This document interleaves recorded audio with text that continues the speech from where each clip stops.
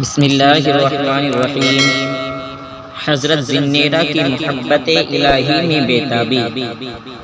پیارے عزیز ساتھیوں، سیدہ ذنیرہ ابو جہل کی خادمہ تھی جس کو خدا تعالی سے بے پناہ محبت ہو گئی۔ سیدہ ذنیرہ ایک صحابیہ ہیں جو کہ ابو جہل کی خادمہ تھی۔ آپ رضی اللہ عنہا نے کلمہ پڑھ لیا۔ ابو جہل کو بھی پتہ چل گیا۔ اس نے آ کر پوچھا، کیا کلمہ پڑھ لیا؟ فرمایا، ہاں۔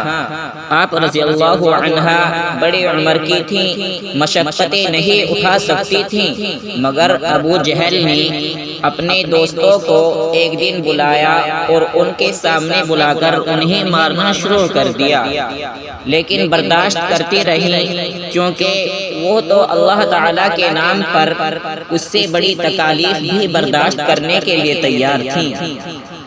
جب اس نے دیکھا کہ اتنا مارنے کے باوجود اس کی زبان سے کچھ نہیں نکلا تو اس نے آپ رضی اللہ عنہا کے سر میں کوئی چیز ماری، جس سے آپ رضی اللہ عنہا کی بینائی زائل ہو گئی اور آپ رضی اللہ عنہا نابینا ہو گئی۔ اب انہوں نے مذاق کرنا شروع کر دیا، کہنے لگے، دیکھا ہمارے بتوں کی پوجا چھوڑ چکی تھی، لہٰذا ہمارے معبودوں نے تمہیں اندھا کر دیا۔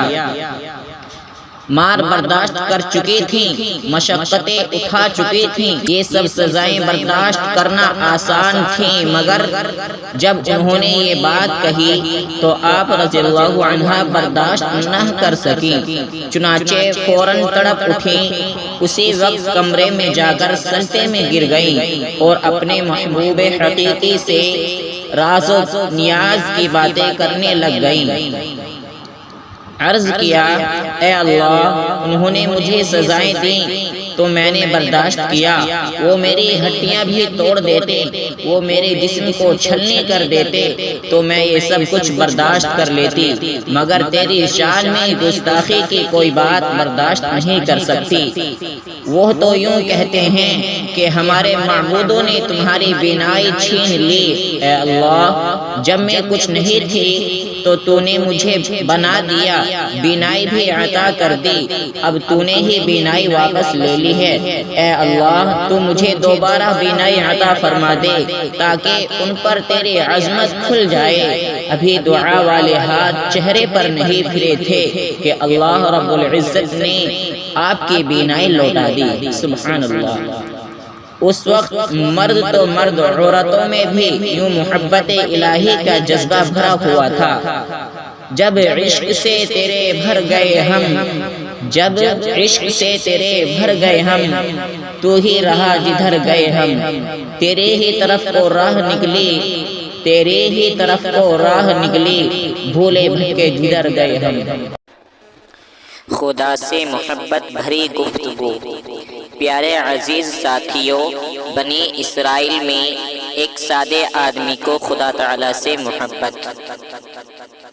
بنی اسرائیل میں ایک سادہ سا آدمی بیٹھا باتیں کر رہا ہے کہ اے اللہ، میں نے سنا ہے کہ تیری بیوی نہیں، تیرے بچے نہیں، کبھی میرے پاس آتا تو میں آپ کی خدمت کرتا، میں تیرے کپڑے دھوتا، تجھے کھانا دیتا۔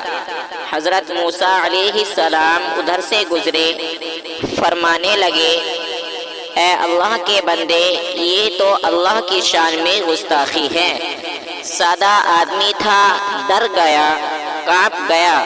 اللہ رب العزت کو اس کا ڈرنا اور کانپنا اتنا پسند آیا کہ اللہ نے حضرت موسیٰ علیہ السلام کی طرف وحی فرما دی، جس کو کسی شاعر نے یوں کہا، تو برائے وصل کردن آمدی، نہ برائے فصل کردن آمدی۔ اے نبی، میں نے تجھے جوڑنے کے لیے بھیجا تھا، توڑنے کے لیے نہیں بھیجا تھا۔ کیوں؟ اس لیے کہ اگرچہ ظاہری طور پر باتوں کا مفہوم ٹھیک نہیں تھا، مگر محبت تو اللہ رب العزت سے تھی۔ وما علینا الا البلاغ۔